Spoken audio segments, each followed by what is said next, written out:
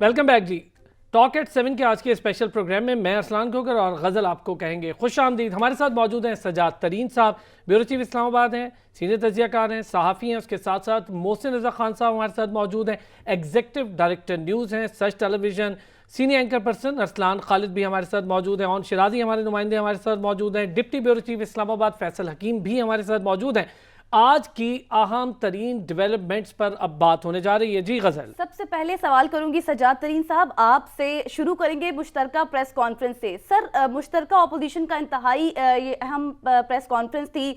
शहबाज शरीफ ने कहा कि MQM ने अवाम के मफाद में फैसला किया, तो क्या समझते हैं, क्या वाकई ये फैसला अवाम के मफाद में था? और जब खान साहब अददी अक्सरियत खो चुके तो उसके बाद फिर उनका खिताब भी होना था और बाद में मौखर कर ठीक है दिया गजल, गया। मैं चाहूंगा क्या आपका समझते यही हैं? सवाल अगर मोहसिन साहब के सामने रख दूं। सजाद तरीन साहब से अभी राब्ता होता है। मोहसिन साहब, बिल्कुल। चाहूंगा कि गजल के इस सवाल का जवाब दीजिएगा प्लीज।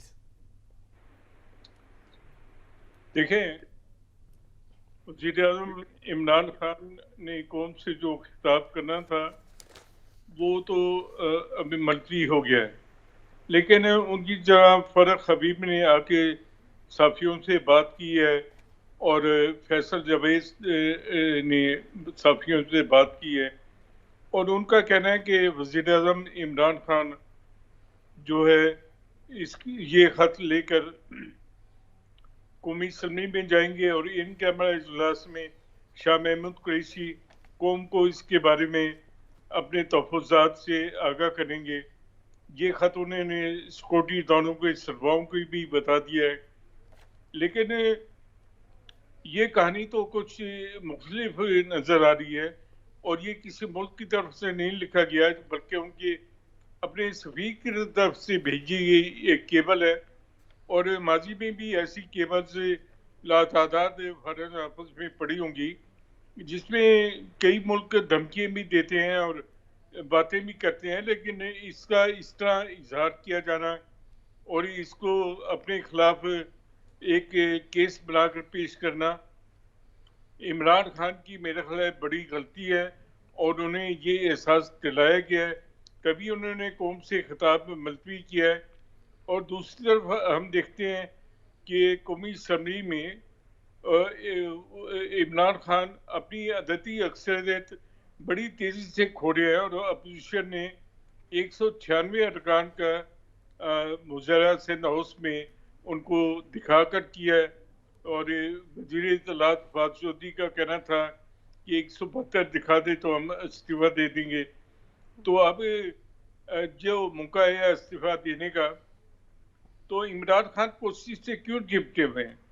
मैं इसमें हैरान होता हूँ कि एक कौमी लीडर जो बड़े बुलंद दावे करता था और कहता था कि उसके पास अल्लाह का सब कुछ दिया हुआ है और इस कौम पर वो एहसान करता था और वो लात रखता था इस कौम पे, और कहता था कि मुझे तो किसी चीज़ की ज़रूरत नहीं है।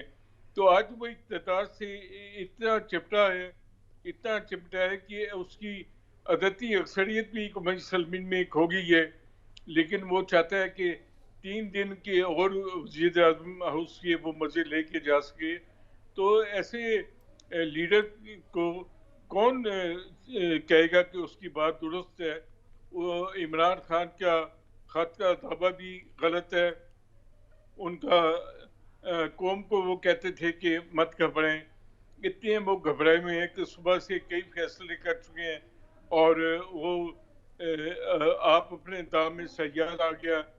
जब खत पे तनकीद हुई तो वो खुल के बात सामने आ गई कि वो पाकिस्तानी सफ़ीर के साथ किसी तीसरे दर्जे के सफारतकार की गुफ्तगू है, और उसको उन्होंने एक ड्रामा बनाकर पेश किया। ये सूरत हाल जो है बड़ी ख़तरनाक है, बड़ी इसमें आइंदा 3 दिन पाकिस्तान को मुतहद रहना होगा इमरान खान की ऐसे मनफी बातों से जिससे मुल्क को नुकसान पहुंच सकता हो। तो इसमें जो है पाकिस्तान के फॉरेन ऑफिस को भी उन्हें बताना चाहिए कि उन्हें क्या करना है और क्या नहीं करना। ठीक, अच्छा सजाद तरीन साहब भी हमारे साथ मौजूद है। तरीन साहब, मोहसिन साहब ने जैसा कि कहा कि कुछ चीज़ें थी जिसका वाज़ेह होना ज़रूरी था। आज की जो सहाफ़ियों से मुलाकात हुई उस ख़त के तनाजुर में ही उस मुलाकात में मंदरजात बताए गए, ख़त नहीं दिखाया गया अब तक की इत्तलात के मुताबिक। फिर वो ख़त हमारे अपने सफ़ीर की जानिब से एक अगर डिप्लोमेटिक कन्वर्सेशन या डिप्लोमेटिक कम्युनिकेशन के तहत लें तो वो एक ऐसी चीज़ है जो कि वज़ीर आज़म को एक सफ़ीर की जानिब से भेजी गई। फिर जो आर्मी चीफ से आज की मुलाकात थी, उस मुलाकात के बाद यकीनी तौर पर उन्हें ख़त भी दिखाया गया, जो खिताब था वो मुलतवी कर दिया गया। देखिए, मैं आपको अर्ज करूं कि ये जो खत है इसकी कोई अहमियत नहीं है। इसके पहले आपको याद होगा पीपल्स पार्टी के जमाने में एक मेमो गेट भी आया था और मियां मोहम्मद नवाज शरीफ साहब काला कोट पहनकर और वो चले गए थे अपना क्या नाम है सुप्रीम कोर्ट में, और वहाँ इफ्तिखार चौधरी साहब बैठे हुए थे और वो जनाब उन्होंने बड़ा कुछ कर लिया था। वो कहाँ गया मेमो गेट? फिर जैसे ही वो जनरल पाशा गए और इफ्तिखार चौधरी गए और वो चला गया वो भी। तो ये जो प्राइम मिनिस्टर इमरान खान साहब आज खुद ये बना रहे हैं कि ये लेटर आ गया है, ये कुछ तरह हो गया है, इस कागज के टुकड़े की कोई अहमियत नहीं है और इसका हमारा कौमी सलामती से कोई ताल्लुक नहीं है। अब प्राइम मिनिस्टर इमरान खान को जो काम करना है वो ये करना है कि जिस दिन वोटिंग हो अदम एतमाद की, वो अदम एतमाद की वोटिंग पर अपनी तवज्जो दें और अपने लोग पूरे करें कि अपोजिशन जो है उनके खिलाफ कामयाब ना हो जाए। अब जो दुनिया के जमहूरी मुल्क हैं जहाँ जमहूरियत है और जहाँ जमहूरियत पसंद लोग हुक्मरान होते हैं, वो तो अगर इतने अदम एतमाद उन पर हो जाए वो तो रिजाइन देके घर चले जाते हैं। अब जो है ये लेटर जो है ये आने वाली जो हुकूमत है जो अदम एतमाद के बाद आएगी वो जानेगी और वो खुद हैंडल कर लेंगे। वो उनको बहुत एक्सपीरियंस है कि कौमी सलामती के मामला कैसे हैंडल करते हैं। उनमें आसफ अली जरदारी साहब पहले मेमो गेट भी हैंडल कर चुके हैं। तो ये आप प्राइम मिनिस्टर इमरान खान को जो काम करने वाला है, जो प्राइम मिनिस्टर इमरान खान का जिसमें बचाव हो सकता है, उस तरफ अभी तक कोई तवज्जो नहीं दी जा रही। ये फरूख हबीब साहब, ये शहबाज गिल साहब, ये शाह महमूद कुरैशी साहब और अपना फवाद चौधरी साहब, ये सारे के सारे वो लोग हैं जो सिर्फ मीडिया पर आके बयानात दे रहे हैं, मीडिया पे आके बातचीत कर रहे हैं। इनके पास कोई हिकमत अमली नहीं है कि किस तरह अपोजिशन को जो है वो अपने इत्तेहादियों को राजी किया जाए और वो अपोजिशन के पास ना जाए। कौन सी हिकमत अमली है इनके पास? ये बस एक कागज का टुकड़ा है कि कौमी सलामती की प्राइम मिनिस्टर इमरान खान ने की कौमी सलामती पे ये कर दिया। कौन सा एब्सोल्युटली नॉट इन्होंने अमेरिका को कहा है? खुद मुल्क यूसुफ ने कहा है कि उन्होंने तो अड्डे मांगे ही नहीं थे। अमेरिका ने कौन सी साजिश करनी है पाकिस्तान के खिलाफ? बात यह है कि ये अपनी सियासत को, अपनी नाकामियों को एक कागज के टुकड़े की तरफ लेके जा रहे हैं जिसकी कोई हैसियत नहीं है। मैं समझता हूँ पाक फौज की मौजूदगी में और अजीम पाक फौज जो है वो कौमी सलामती का तहफ़्फ़ुज़ करना जानती है। ये बिल्कुल आप देखिएगा कुछ नहीं होगा। और प्राइम मिनिस्टर इमरान खान के खिलाफ जिस तरह अपोजिशन काम कर रही है, ये अदम एतमाद जो है वो कामयाब हो जाएगी और ये सिर्फ इस कागज के टुकड़े को इशू बना के आप पॉलिटिक्स करेंगे। ठीक है तरीन साहब, ब्यूरो चीफ लाहौर हनीफ कमर ने भी हमें ज्वाइन किया, जरा पंजाब की सूरत हाल भी जान लेते हैं। हनीफ कमर साहब, वजीर आज़म इमरान खान बरमला इसका इजहार करते रहे, अपनी सियासत उन्होंने इस बात पर कायम रखी कि ब्लैकमेल नहीं होगा और गलत किसी चीज़ का साथ नहीं दूंगा। 5 सीटों वाली जमात, मैं काफ लीग की बात कर रहा हूँ, उनको वजारत आला सौंपी गई और अपना वजीर आला जिसको वसीम अकरम प्लस कहा गया उसकी कुर्बानी दे दी गई। क्या ये बात वजीर आजम के लिए मुश्किल साबित हुई ये फैसला? असल में प्राइम मिनिस्टर इमरान खान की अब तो किसी बात को सीरियस लेने को दिल नहीं करता। उन्होंने कहा कि मैं किसी से ब्लैकमेल नहीं होऊंगा, तो जितने ज्यादा ब्लैकमेल वो हुए वो भी पूरी कौम ने देखा। उन्होंने कहा था कि मैं 5 सीटों वाले को वजीर आला नहीं बनाऊंगा, तो फिर खुद घर चल के जाके उनको ऑफर की और उनको बुला के कहा कि आप वजीर आला हैं। जिस तरह प्राइम मिनिस्टर ने कहा कि वो ब्लैकमेल नहीं होंगे और फिर वो ब्लैकमेल इस कदर हुए कि वो अपना MQM के हेडक्वार्टर भी चले गए हैदराबाद और वहां पे भी जाके उनको, जिस MQM को वो इधर मिलते नहीं थे इस्लामाबाद, वहां जाके उनको ऑफर की। फिर उनको यहाँ तक कहा गया कि आप गवर्नर सिंध भी बन जाएं, जो आपने लेना है वो ले लें। तो लेकिन ये सारे फैसले करने में भी प्राइम मिनिस्टर ने ताखीर कर दी और उन्होंने सूरत हाल को असेस नहीं किया। खास तौर पर उन्हें पॉलिटिकल सिचुएशन का अंदाजा नहीं हुआ, उन्हें अंदाजा नहीं था कि जो लोग उनके साथ हैं वो हकीकत में उनके साथ नहीं है। और सबसे बड़ी बात जो थी, जिस प्राइम मिनिस्टर को शहबाज गिल, फवाद चौधरी, शेख रशीद जैसे मशीर मुयस्सर हों, उसके लिए किसी आलमी तो क्या किसी लोकल साजिश की भी जरूरत नहीं है। तो वो वजीर आजम के मशीरों ने उनको जो मशवरे दिए, वजीर आजम ने खुद जिस अपने हवाले से जिस नरगसियत का मुजाहरा किया और जिस तकब्बर का मुजाहरा किया, वो तकब्बर और नरगसियत उनको ले डूबी और उसका नतीजा ये निकला कि उन्होंने जो अपने मौसम थे सबसे पहले उनको गंवाया। जिन लोगों ने उनकी हुकूमत बनाने में किरदार अदा किया था उन लोगों को अपने से न सिर्फ दूर किया बल्कि अपना दुश्मन बना लिया।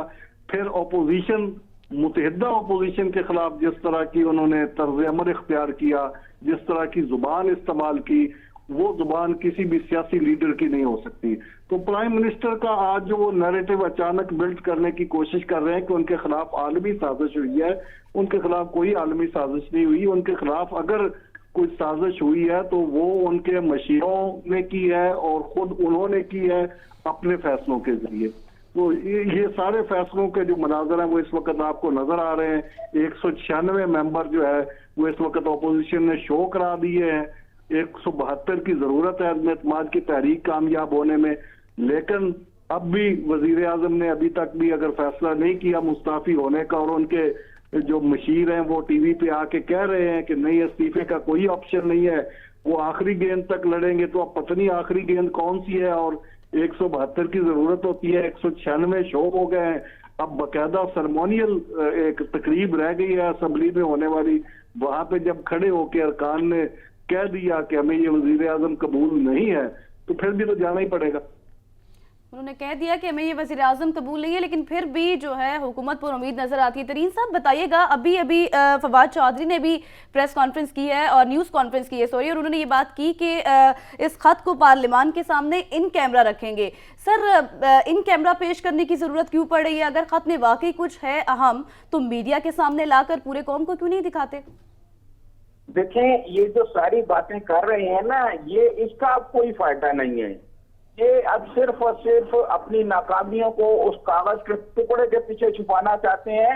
अगर ये ऐसा कोई बात थी, ऐसा जिस दिन ये लेटर आया था, prime minister head of state होते हैं, उसी दिन प्राइम मिनिस्टर इमरान खान को नेशनल सिक्योरिटी का इजलास बुलाना चाहिए था, उसमें लीडर ऑफ अपोजिशन को बुलाना चाहिए था, तमाम पार्लिमानी लीडर्स को बुलाना चाहिए था और कहना चाहिए ये साजिश हो रही है। मैं आपको अर्ज करूं, ये कोई साजिश नहीं है। दुनिया में किसी के पास इतना टाइम नहीं है जो इमरान खान साहब के खिलाफ साजिश करें। दुनिया अपने अपने मामलात में उलझी हुई है। एक प्लान हुआ है, अगर आने वाले चंद दिनों में आप देखेंगे आपको पता चल जाएगा कि ये इस कागज में जो कुछ लिखा गया है वो क्वेश्चन किसने तैयार किए थे, उसके जवाब किसने तैयार किए थे और उसमें कौन कौन लोग इन्वॉल्व थे। ये कहानी बिल्कुल क्लियर हो जाएगी और ये गुब्बारे की तरह इससे हवा निकल जाएगी। ये अदम एतमाद की आप तारीख का इत्तफा होने दें, ये प्रोसेस हो जाए, उसके बाद आप देखिएगा कि ये कुछ नहीं। आप इनके पास ये इसका जवाब नहीं है कि अपोजिशन 195 लोग लेके खड़ी हुई है, भाई आप क्या करेंगे कि जी हम कागज का वो लेके आएंगे कि आलमी साजिश हो रही है।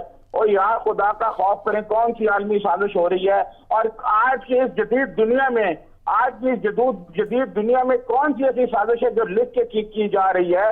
यहाँ तो छोटे छोटे लोग, छोटे छोटे दफातर में लोग जो साजिशें करते हैं वो नहीं लिख के करते, और ये एक बैन अवी सतह पे साजिश हो रही है और वो उसका तहरीरी सबूत किया जा रहा है।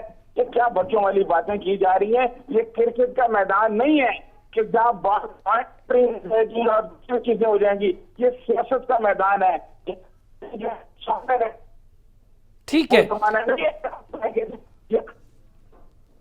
ठीक है। अच्छा मोहसिन साहब, सर अगर मैं बात करूं पंजाब की, पंजाब में तब्दीली की हवा चल रही है, बलूचिस्तान को आप कैसे देख रहे हैं और खैबर पख्तूनख्वा को कैसे देख रहे हैं? और सबसे ज़्यादा इस वक्त जहां पर तब्दीली की हवा ना चले वो सेफ सूबा सिंध ही दिखाई दे रहा है। चलिए मैं मोहसिन साहब की जानिब जाते हैं, पहले हनीफ कमर से भी पूछना। हनीफ कमर साहब, इस वक्त खैबर पख्तूनख्वा की सूरत हाल जिसका जिक्र जरदारी साहब कर चुके हैं इशारों में भी और खुलकर भी, उसको कैसे देख रहे हैं इस तमाम तर मामले के बाद? और पंजाब में तो चले तब्दीली की हवा चली रही है, बलूचिस्तान, खैबर पख्तूनख्वा, क्योंकि सिंध इस वक्त तकरीबन सेफ सूबा दिखाई देता है तब्दीली की हवा के हवाले से। जी, ये जो अदम एतमाद जो अनकरीब कामयाब होने जा रही है, जिसमें अब मुझे तो कोई ऐसा हम नहीं आता कि इसकी नाकामी की कोई सूरत हो, कोई ऐसा मौजज़ा सियासत की तारीख में सियासत के तालिब इल्मों की नजर से तो नहीं गुजरा शायद अब कोई हो जाए जिसका इमरान खान को इंतजार है, तो कुछ कहा नहीं जा सकता, लेकिन वो कोई माफौकुल फितरत काम ही होगा, वो पॉलिटिकल सिनेरियो में तो ऐसा मुमकिन नहीं। इसी तरह ये पंजाब में जो सूरत हाल है, पंजाब में जो सियासत के सबसे बड़े खिलाड़ी हैं चौधरी परवेज इलाही, उन्होंने भी इस दफा ऐसी मिसकैलकुलेशन की और उन्होंने भी सियासी फैसला इस गलत अंदाज में किया कि उन्होंने भी अपने जो खैर खा थे उनको भी अपना मुखालफ बना लिया। अच्छा, हनीफ कमर साहब माजरत आपकी बात को यहाँ रोक रहा हूँ, ये बताइएगा कि अलीम खान ग्रुप की जानिब से तर्जुमान अलीम खान ग्रुप का एक बयान सामने आया, किस हद तक उसमें सच्चाई है या किस हद तक वो बात आप ठीक समझते हैं कि वो परवेज इलाही के साथ चलने को तैयार नहीं है? ये तरीन ग्रुप की तरफ से भी ये स्टेटमेंट सामने आ गई है और अलीम खान की तरफ से भी ये सामने आई है कि वो चौधरी परवेज इलाही को वजीर आला बनाने की सूरत में उनके साथ उनको वोट नहीं देंगे। और दूसरी ये भी खबर है कि लंदन में भी जहांगीर तरीन और मियां नवाज शरीफ की मुलाकात हो गई है। अलीम खान असूली तौर पर फैसला कर चुके हैं कि वो जहांगीर तरीन का साथ देंगे, जो ग्रुप का फैसला होगा उसी किस्म का फैसला वो करेंगे। यानी ऐसा नहीं होगा कि वो तरीन ग्रुप से हट के कोई फैसला करेंगे, अगर से बाज़ाब्ता तौर पे वो तरीन ग्रुप के मेंबर नहीं है, लेकिन मेरा ख्याल है कि जो भी फैसला होगा वो तरीन ग्रुप का और अलीम ग्रुप का मुश्तरका ही फैसला होगा। और इस फैसले के असरात जो है वो लंदन की मुलाकात जो है मियां नवाज शरीफ की जहांगीर तरीन के साथ, उस मुलाकात के असरात भी इस फैसले पर पड़ेंगे। चौधरी परवेज इलाही की तरफ से जो है फैसला वो बड़ा इमेच्योर फैसला किया गया और उस फैसले के नतीजे में चौधरी साहब को तो अब बल्कि यहाँ तक कहा जा रहा है कि शायद उनको उस्मान बुज़दार की बद्दुआ लग गई है। उस्मान बुज़दार का इस्तीफा चौधरी साहब को ले डूबा है और वो इस्तीफा भी नहीं हुआ, इस्तीफा भी बच गया। अभी तक तो उस्मान बुज़दार वजीर आला है, कल कौन होगा ये अलग बात है। और चौधरी परवेज इलाही के अरमान भी फिलहाल पूरे होते हुए नजर नहीं आ रहे। अगर वो अपनी स्पीकरशिप पंजाब की बचाने में कामयाब हो जाए तो ये बड़ी बात है, क्योंकि ये अगर तब्दीली आएगी, जब प्राइम मिनिस्टर तब्दील होगा तो बहुत कुछ तब्दील होगा। सबसे पहले ऐवान सदर में तब्दीली आएगी, जब ऐवान सदर में तब्दीली आएगी तो फिर गवर्नर तब्दील होंगे। और जिस तरह की सियासी फैसले इमेच्योरिटी का मुजाहरा चौधरी परवेज इलाही की तरफ से किया गया है, मेरा ख्याल है कि उनको इसके सियासी नतायज भुगतने पड़ेंगे। और जो पीपल्स पार्टी और मुस्लिम लीग नून को एम्बेरसमेंट हुई वक्ती तौर पर उनके फैसले से, वो इस एम्बेरसमेंट को भूलेंगे नहीं। और कोई बड़ी बात नहीं कि परवेज इलाही के खिलाफ भी अदम एतमाद आ जाए स्पीकर के खिलाफ। ठीक है मोहसिन साहब, मेरा सवाल आपसे है कि आज खालिद मकबूल सिद्दीकी ने साफ कह दिया है कि हमारे मुआहदे में अदम एतमाद की हिमायत की शर्त शामिल नहीं थी, मगर हम वज़ीर आज़म के खिलाफ तरीके अदम एतमाद में ऑपोजिशन का साथ देंगे। कैसे देखते हैं इस बयान को? अगर ये शर्त वाकई शामिल नहीं थी तो फिर इतना टाइम क्यों लिया? ये तो खालिद मकबूल सिद्दीकी ने लगता है कि मजाक किया है क्योंकि असल मुद्दा तो तहरीक अदम एतमाद का है, वरना उनका पीपल्स पार्टी से तो काफी सालों का इख्तिलाफ चला आ रहा था और इसी बात पे इत्तेफाक हुआ है। खालिद मकबूल सिद्दीकी कराची के अवाम को बेवकूफ़ बना सकते हैं, लेकिन पूरे पाकिस्तान के अवाम को तो बेवकूफ़ नहीं बना सकते। ये सिर्फ और सिर्फ तहरीक अदम एतमाद पे ये मुआहदा इनका हुआ है और जो भी लेन देन हुआ है ये तहरीक अदम एतमाद को कामयाब कराने के लिए हुआ है, वरना पीपल्स पार्टी तो उनको काफ़ी अरसे से लिफ्ट नहीं करा रही थी। तो ये कहना खालिद मकबूल सिद्दीकी का बिल्कुल ठीक नहीं है। अच्छा मोहसिन साहब, सर ये बताइएगा, पंजाब का मामला आपके सामने है, सिंध एक सेफ सूबा है, दोबारा वही सवाल आपसे करूंगा, लेकिन खैबर पख्तूनख्वा और बलूचिस्तान इस मामले के बाद इन दोनों को कैसे देखते हैं? मेरा ख्याल है कि खैबर पख्तूनख्वा में भी पीटीआई के कई ग्रुप बने हुए हैं और जो ही ये अपोजिशन केपी का रुख करेगी तो वो ग्रुप जो है अपनी हिमायत का यकीन दिला देंगे। और इसी तरह बलूचिस्तान में कदूस बिजुद्दो की हुकूमत जो है वो तो एक दबी सी हुकूमत है और पहले भी जो था वो हुकूमत किसी के कत्ल पे सवार होकर आई थी और फिर जो कदूस बिजुद्दो की हुकूमत आई वो भी किसी के कत्ल पे सवार होकर आई और उसके बारे में पीटीआई के रहनुमा बैंक का कहना है कि उसमें 3-3.5 अरब रुपए इस्तेमाल हुए और किसी शख्सियत को दिए गए, तो वो हुकूमत भी लगता है कि ये तहरीक अदम इत्तेमाद के बाद जल्द खत्म हो जाएगी। ओहो, अच्छा, मतलब तमाम तर जगह एक तब्दीली की हवा चल निकली। अरसलान खालिद ने भी हमें ज्वाइन कर लिया। अरसलान, कैसे देख रहे हैं मामलात? तो बड़े ज़्यादा मुश्किल हालात की तरफ है, लेकिन उसके बावजूद फ़ारूक हबीब साहब हों, फवाद चौधरी साहब हों या फैसल जावेद ने अभी प्रेस कॉन्फ्रेंस की, बहुत शॉर्ट की लेकिन बड़े पुरएतमाद अंदाज में की। जी बहुत शुक्रिया अरसलान। डेफिनेटली चीज़ें तो कल रात ही तब्दील हो गई थी। रात देर तक तमाम तर लोग मुंतज़िर थे MQM के फ़ैसले के, और फिर जब ख़बरें आना शुरू हुई तो उसके बाद से ये बज़ाहिर एक तासुर और जो चीज़ सामने नज़र आई कि अब पाकिस्तान तहरीक इंसाफ के पास नंबर गेम नहीं है और तहरीक अदम एतमाद कामयाब हो जाएगी, इमरान खान साहब वज़ीर आज़म नहीं रहेंगे। बाज़ाब्ता ऐलान गो के सारे मामले का आज हुआ है। और उसके बाद इमरान खान साहब की भी आज बॉडी लैंग्वेज देखें। एक तकरीब जहाँ पर शेख रशीद साहब का आपने तकरीर सुनी होगी, वहाँ पर इमरान खान साहब बैठे हुए थे, बड़े कंफर्टेबल रिलैक्स बैठे हुए थे, वो मुस्कुरा रहे थे और उनकी बॉडी लैंग्वेज भी बड़ी पुरएतमाद है। तो यकीनन जो लीडर की बॉडी लैंग्वेज होती है वही आगे ट्रैवल डाउन करेगी बाकियों में भी। तो वो इतनी आसानी से हार तो नहीं मान लेंगे, ना अपनी शिकस्त को अपने चेहरों पर वो नुमायाँ करेंगे। ये मेरे ख्याल से इमरान खान साहब ज़ाहिर एक स्पोर्ट्समैन हैं, उनकी एक बॉडी लैंग्वेज है, और फिर काबीना का इजलास होना या उनकी अपने तमाम तर लोगों से मुलाकात, तो वो जो बॉडी लैंग्वेज आगे पहुंचा रहे हैं वही बॉडी लैंग्वेज उनके वुज़रा में भी है और वही बॉडी लैंग्वेज नज़र भी आ रही है हमें स्क्रीन पर। और मैं समझता हूँ कि इट्स वेरी पॉजिटिव थिंग कि अगर इस तरह की बॉडी लैंग्वेज वो शो कर रहे हैं। अब ये देखना ज़रूर है कि चीज़ें बहुत वाज़े हो गई हुकूमत के लिए। नंबर गेम अपोजिशन के पास काफ़ी ज़्यादा हो गई और वो काफ़ी स्ट्रॉन्ग हो गए हैं। जो 28 तारीख का जलसा था, कहा गया उसमें कोई चीज़ दिखाएंगे, फिर ख़त का हवाला है, वो ख़त भी आज पूरा दिन उस पर भी बातचीत चलती रही। क्या अब भी कोई ऐसा कोई कार्ड है खान साहब के पास जिससे वो बाजी पलट सकेंगे? That's the question which remains there. बज़ाहिर इसके चांसेस अब बहुत नैरो डाउन हो गए, बहुत मुश्किल लग रहा है कि उनके पास अब कुछ बचा है। उनके पास अब कुछ बचा। अरसलान, ये भी बताइएगा, आपने नंबर गेम्स की बात की है, तो अदम एतमाद तो बज़ाहिर अब कामयाब होती हुई नज़र आती है यकीनी तौर पर, तो अब क्या स्ट्रेटजी होगी ऑपोजिशन के पास मुल्क को जिन बहरानों का शिकार है मुल्क, उनसे निपटने के लिए क्या कामयाब हो जाएगी ऑपोजिशन? मेरे ख्याल से काफ़ी मुश्किल टास्क होगा। एक तो वो पहले से एक तासुर तो दिए जा रहे हैं और मुसलसल ये कह भी रहे हैं कि जितने हालात ख़राब कर दिए पाकिस्तान तहरीक इंसाफ की हुकूमत ने, इसको ठीक करने में हमें खासा वक्त दरकार होगा। ये तो वो पहले से ही कह रहे हैं। शहबाज शरीफ साहब जो वज़ीर आज़म के उम्मीदवार हैं, अगर उनका एक हालिया इंटरव्यू जो सोशल मीडिया पर भी रहा और बाकी आपने TV स्क्रीन पर देखा, तो पेट्रोल प्राइसेस के हवाले से भी उन्होंने कह दिया कि ये तो आलमी मंडी में सूरत हाल इस तरह।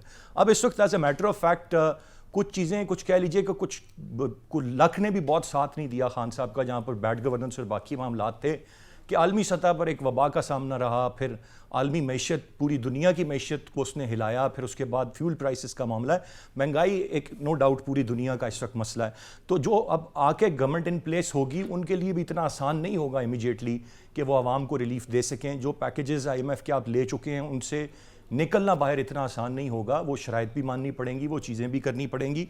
और फिर जब आप कह लीजिए कि इतनी पार्टीज़ मिलकर आज तो इमरान खान को घर भेजने के लिए या PTI की हुकूमत को गिराने के लिए सब इकट्ठे हैं, जब इनको साथ चलना होगा तो फिर it is going to be a real test कि एक काबीना में मुख्तलिफ जमातों के वुज़रा हैं, डिफरेंट माइंड सेट है, डिफरेंट अप्रोच है, वो चीज़ों को किस तरह लेकर चलते हैं। वो पीपल्स पार्टी का अगर कोई सीनियर शख्स वजीर है तो वो शहबाज शरीफ साहब को कितना देखता है। और PTM की भी पूरी जो एक तारीख अगर आप देखें रही है, जिस तरह से पीपल्स पार्टी उससे अलहदा रही, अलहदा हो गई, ANP अलहदा हो गई, ये बहुत अरसे तक इवन ऑपोजिशन में भी मुत्तहिद रह के नहीं चल पाए। ये मोमेंटम बनते बनते बड़ा वक्त लगा और अब जाकर ये बात यहाँ तक आई है ये बड़ा कि ये सब इकट्ठे बात है। अरसलान, ये आपने बड़ी इंपॉर्टेंट बात की है कि इससे पहले भी पीपल्स पार्टी की जब हुकूमत थी उसमें मियां नवाज शरीफ और उनकी काबीना शामिल रहे, उनके भी लोग रहे उसमें, लेकिन वो भी ना चल पाए आगे तक। अरसलान फारूक भी हमारे साथ मौजूद है, एंकर पर्सन। अरसलान, बताइएगा क्या सूरत हाल देखी आज आपने सारा दिन की, और अब जाहिर है कि इस वक्त जो सूरत हाल है वो हुकूमत के हाथ से निकलती दिखाई दे रही है?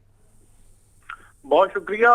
पाकिस्तान के अंदर इस तरह के हालात का पैदा होना ये माजी के अंदर भी होता है। हमने अयूब खान के दौर के अंदर भी देखा कि उनके खिलाफ भी तहरीक ने जन्म लिया और उन्होंने अपनी किताब के अंदर भी इस बात का हवाला दिया, फ्रेंड्स नॉट मास्टर्स के अंदर, उनके खिलाफ किस तरह से फातिमा भुट्टो साहिबा लाया गया और वो तहरीक की शक्ल बन गई।